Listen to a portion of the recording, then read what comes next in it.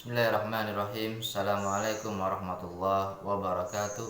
Sahabat iman yang dirahmati Allah Subhanahu wa taala. Ya, ada sebuah kisah seorang ibadah tapi masuk neraka.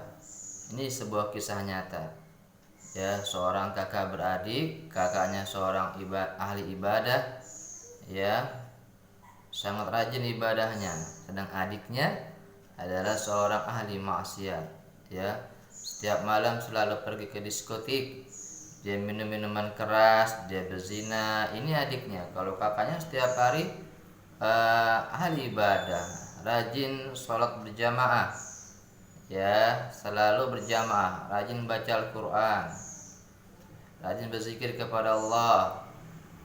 Ya, kemudian tiba-tiba pada suatu malam itu adiknya terbangun, kemudian dia berjalan melewati kamar sang kakak. Dia melihat sang kakak sedang beribadah, sedang sholat tahajud, dilihatin terus.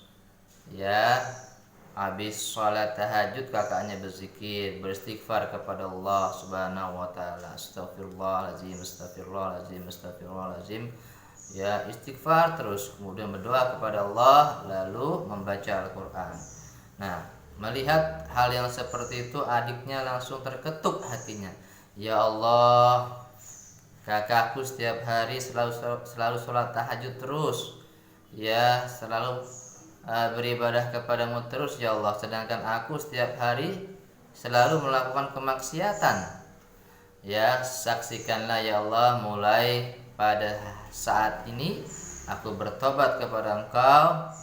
Ya, aku bertobat kepada Engkau ya Allah. Adiknya tobat, ya, tobat menjadi orang yang soleh, orang yang baik, menjadi ahli ibadah, rajin sholat, rajin membaca Al-Quran.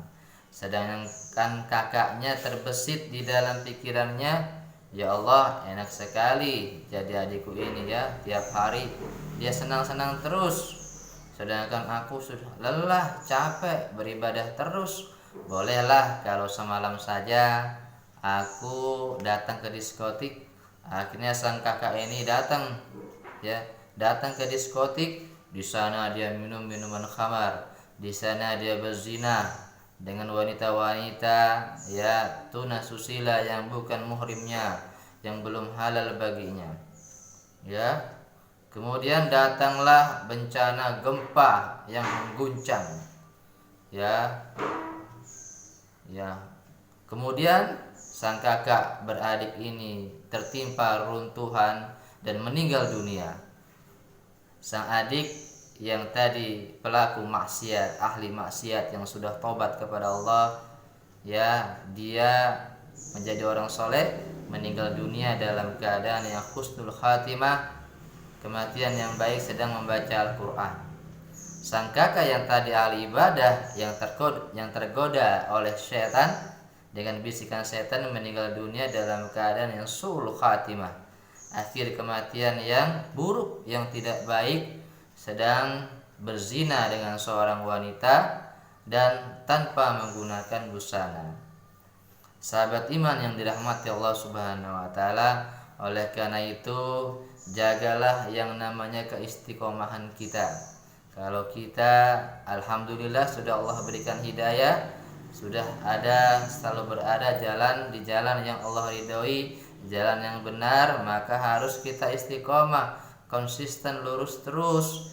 Jangan sampai kita tergoda oleh gemerlapnya dunia, perhiasan dunia, ya, keindahan dunia, sehingga lupa dengan ibadah kepada Allah, lupa sholatnya, lupa ngajinya, ya, atau kita tergoda oleh 3T, ya, harta, kemudian harta benda, tahta, jabatan, dan juga kecantikan seorang wanita.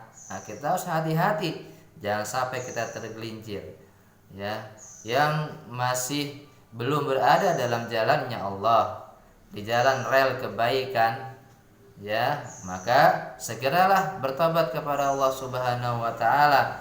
Jangan pernah bilang nanti saja kalau sudah tua saya tobat.